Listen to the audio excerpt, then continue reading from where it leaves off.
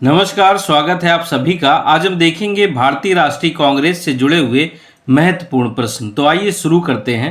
पहला प्रश्न है, अखिल भारतीय कांग्रेस के अधिवेशन में भारत छोड़ो प्रस्ताव कब पारित किया गया? तो इसका आंसर हो जाएगा आपका 8 अगस्त 1942, यानी कि ऑप्शन नंबर ए इसका राइट आंसर होगा। देखिए कहाँ पर हुआ था, ये बॉम्बे के वर्धा में, और इसी अधिवेशन में करो या मरो का नारा भी दिया गया था। कहाँ पर हुआ था ये? वर्धा में। कहाँ पर? बॉम्बे के वर्धा में। अगला प्रश्न देखेंगे दूसरा प्रश्न है कि क्रिप्स को भारत भेजने के लिए उत्तरदायी कारण क्या था? तो देखिए ऑप्शन नंबर ए है ब्रिटेन पर मित्र राष्ट्रों का दबाव, बी है गांधी जी के नेतृत्व में कांग्रेस का दृढ़ दृष्टिकोण, सी है युद्ध की बिगड़ती हुई स्थिति, और जापानी संकट। तो देखिए सभी कारण थे, यानी कि ऑप्शन नंबर आपका डी राइट आंसर होगा। और देखिए एक और चीज है याद रखने लायक कि ये क्रिप्स मिशन भारत कब आया था, तो हम लोग याद रखेंगे कि ये आपका कब आया था? 22 मार्च 1942 को क्रिप्स मिशन भारत आया था। अगला प्रश्न देखेंगे हम तीसरा प्रश्न है, मैकडॉनल्ड अवार्ड के किस प्रावधान से गांधी जी को बहुत आघात पहुंचा था? तो देखिए ऑप्शन नंबर जो सी है आपका, दलित वर्ग के लिए पृथक निर्वाचन क्षेत्र की व्यवस्था। ऑप्शन नंबर सी इसका राइट आंसर होगा।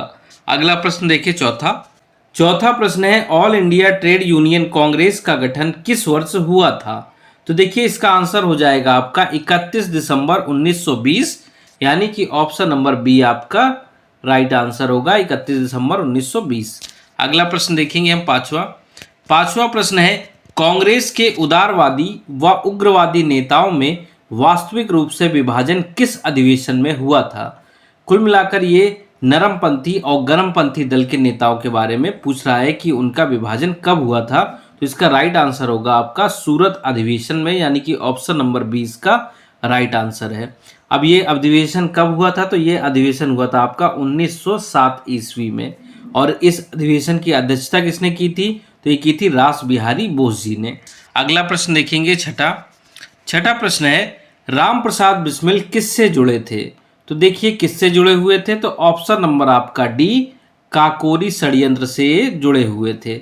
अगला प्रश्न देखेंगे हम सातवां प्रश्न है, निम्नलिखित में कौन अलीपुर बम कांड में शामिल था? तो देखिए इसका आंसर क्या होगा? ऑप्शन नंबर आपका बी, अरविंद घोष जी अलीपुर बम कांड में शामिल थे। और देखिए इसे अलीपुर बम कांड के अलावा इसे मणिक टोला बम षड्यंत्र या मुरारी पुकार षड्यंत्र भी कहते हैं। अगला प्रश्न देखेंगे हम आठवां प्रश्न है, निम्नलिखित में से किसने खिलाफत आंदोलन का नेतृत्व किया? तो देखिए इसका आंसर क्या होगा? आंसर होगा आपका option number D, Ali brothers या अली बंधुओं ने किया था। इनके क्या क्या नाम थे? तो पहले थे जो वो थे मौलाना मोहम्मद अली, और दूसरे थे मोहम्मद शौकत अली। पहले कौन सा थे? तो पहले थे आपके मोहम्मद अली और दूसरे आपके थे शौकत अली। ये दोनों भाई थे और इन्हीं दोनों ने खिलाफत आंदोलन का नेतृत्व किया था। अगला प्रश्न देखेंगे नौवां प्रश्न है, निम्नलिखित में से किसने 1942 में बाइकोम सत्याग्रह का नेतृत्व किया था? तो देखिए इसका आंसर क्या हो जाएगा आपका? केपी केशव मेनन, यानी कि ऑप्शन नंबर आपका बी इसका राइट आंसर होगा, केपी केशव मेनन। अगला प्रश्न देखेंगे हम 10वां प्रश्न है, दिसंबर 1912 दिल्ली में वायसराय लॉर्ड हार्डिंग पर बम हमलों के पीछे किसका दिमाग था? तो देखिए इसका आंसर क्या हो जाएगा आपका? रास बिहारी बोस, यानी कि ऑप्शन नंबर ए इसका राइट आंसर होगा। अब देखिए हुआ क्या था कि 1912 ईस्वी में दिल्ली के वायसराय जो थे लॉर्ड हार्डिंग, ये क्या हुआ था, इनके ऊपर बम फेंका गया था, पर ये बच गए थे। अगला प्रश्न देखेंगे 11वां। तो 11वां प्रश्न है, क्रांतिकारी की एक गुप्त संस्था अभिनव भारत की स्थापना किसके द्वारा की गई थी?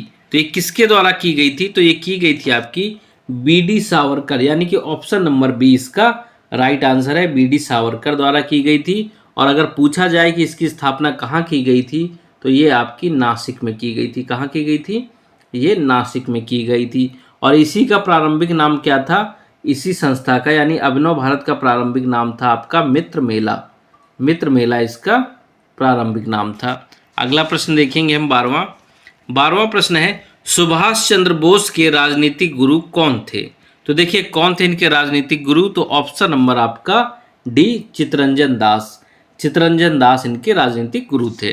अगला प्रश्न देखेंगे हम 13वां प्रश्न है 1913 में पटना में अनुशीलन समिति की एक शाखा की स्थापना की गई थी।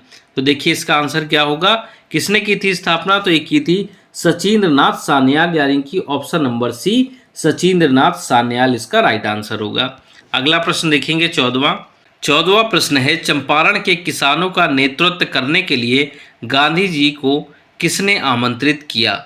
तो ये किसने किया था, तो ये किया था राजकुमार शुक्ल, यानी कि ऑप्शन नंबर आपका बी राइट आंसर है। ये आंदोलन जो हुआ था ये मूल तौर पर नील की खेती करने वाले किसानों के शोषण के खिलाफ किया गया था। अगला प्रश्न देखेंगे 15वां प्रश्न है निम्नलिखित में से कौन सा समाचार पत्र भारतीय राष्ट्रीय आंदोलन के दौरान लोकमान्य तिलक द्वारा लिखा गया था।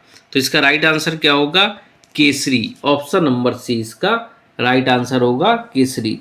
तिलक जी ने ही 1916 में होम रूल लीग की शुरुआत भी की थी। ठीक है, अगला प्रश्न देखिए 16वां प्रश्न है मुझ पर किया गया लाठी का एक एक प्रहार ब्रिटिश साम्राज्य के कफन में कील बनकर रहेगा, ऐसा किसने कहा। देखिए किसने कहा था, तो इसका राइट आंसर हो जाएगा आपका option number B Lala Lajpat Rai. देखिए 1928 की बात है ये, 1928 में साइमन कमीशन के विरोध के नारे लगाते समय अंग्रेजों ने जब लाठीचार्ज कर दिया तो उससे इनकी मृत्यु हो गई थी, तब इन्होंने ये चीज़ कही थी। अगला प्रश्न देखिए हम 17वां प्रश्न है गांधी इरविन समझौता कब हुआ था। तो ये कब हुआ था, तो ये हुआ था आपका 5 मार्च 1931, यानी कि ऑप्शन नंबर ए इसका राइट आंसर होगा। अगले प्रश्न पर चले 18वां प्रश्न है लंदन में ब्रिटिश साम्राज्य द्वारा प्रथम गोलमेज सम्मेलन का उद्घाटन कब किया गया था। तो देखिए कब किया गया था, तो ये किया गया था आपका 12 नवंबर 1930, यानी कि ऑप्शन नंबर बी इसका राइट आंसर होगा। अगला प्रश्न देखेंगे 19वां प्रश्न है गांधी जी द्वारा सविनय अवज्ञा आंदोलन के लिए क्या कार्यक्रम निर्धारित किया गया था। ऑप्शन नंबर ए है गांव-गांव को नमक बनाने के लिए निकलना चाहिए, बहनों को शराब अफीम व विदेशी वस्त्रों की दुकान पर धरना देना चाहिए, ऑप्शन नंबर सी है हिंदुओं को अस्पृश्यता त्याग देनी चाहिए। तो देखिए ऑप्शन नंबर डी इसका राइट आंसर होगा, यानी कि ये सभी के सभी सही थे, ये सभी कार्यक्रम निर्धारित किए गए थे। अगला प्रश्न देखेंगे हम 20वां प्रश्न देखते हैं। 20वां प्रश्न है महात्मा गांधी द्वारा दांडी समुद्र तट पर नमक कानून का उल्लंघन किया गया, तो ये कब किया गया था, तो ये आपका किया गया था 6 मार्च 1931, यानी कि ऑप्शन नंबर आपका सी राइट आंसर होगा। अगला प्रश्न देखेंगे हम 21वां प्रश्न है कांग्रेस द्वारा पूर्ण स्वाधीनता का प्रस्ताव कब व कहां पारित किया गया। तो ऑप्शन नंबर आपका ए है जो 31 दिसंबर 1929 को लाहौर अधिवेशन में ही राइट आंसर होगा, ऑप्शन नंबर ए। अगला प्रश्न देखेंगे हम 22वां प्रश्न है स्वतंत्रता मेरा जन्म सिद्ध अधिकार है और मैं इसे लेकर रहूँगा, यह कथन किसका है। तो ये देखिए किसने कहा था, ये कहा था आपका बाल गंगाधर तिलक जी ने, यानी कि ऑप्शन नंबर सी इसका राइट आंसर होगा।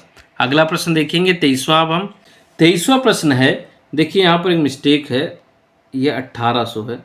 1885 में इंडियन नेशनल कांग्रेस की स्थापना किसके द्वारा की गई। तो ये देखिए किसके द्वारा की गई थी, ये की गई थी A.O. ह्यूम द्वारा, यानी कि ऑप्शन नंबर बी इसका राइट आंसर होगा। और ये कब की गई थी, तो ये 28 दिसंबर 1885 में की गई थी। और ये कहाँ पर की गई थी, तो आप कहेंगे बॉम्बे में की गई थी। कहाँ पर, बॉम्बे में की गई थी। अगला प्रश्न देखते हैं हम 24वां प्रश्न है चौरी चौरा घटना या फिर असहयोग आंदोलन के दौरान ये घटित हुई थी, किससे संबंधित है। ऑप्शन नंबर ए है संपूर्ण क्रांति का एक बड़ा आक्रमण, या फिर बी है निहत्थे विज्ञानियों पर पुलिस द्वारा भारी गोलीबारी, या सी है भीड़ द्वारा एक पुलिस चौकी को जलाना, या फिर डी है दार्शनिक कांग्रेस द्वारा बड़े पैमाने पर सरकारी संपत्ति की लूट। तो देखिए इसमें क्या हुआ था कि ऑप्शन नंबर जो सी है भीड़ द्वारा पुलिस चौकी को जलाना, किसानों की भीड़ ने पुलिस चौकी में आग लगा दी थी, जिससे कई अंग्रेज सिपाही और मारे गए थे यहाँ पर। तो देखिए कब हुई थी चौरी चौरा घटना, ये भी जान लीजिए। तो ये हुई थी आपकी 4 फरवरी 1922 को, ये 4 फरवरी 1922 की घटना थी। 25वां प्रश्न है और अंतिम प्रश्न है कि जलियांवाला बाग हत्याकांड कब हुआ।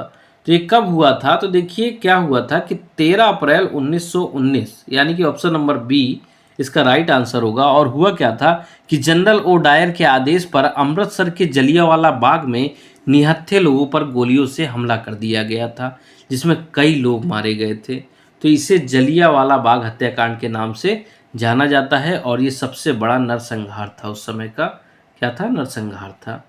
आशा करता हूँ आप सभी को वीडियो अच्छा लगा होगा, पसंद आया होगा। ऐसे ही वीडियो देखने के लिए चैनल को लाइक करें, शेयर करें और सब्सक्राइब करना ना भूलें। मिलते हैं अगले वीडियो में, तब तक के लिए धन्यवाद।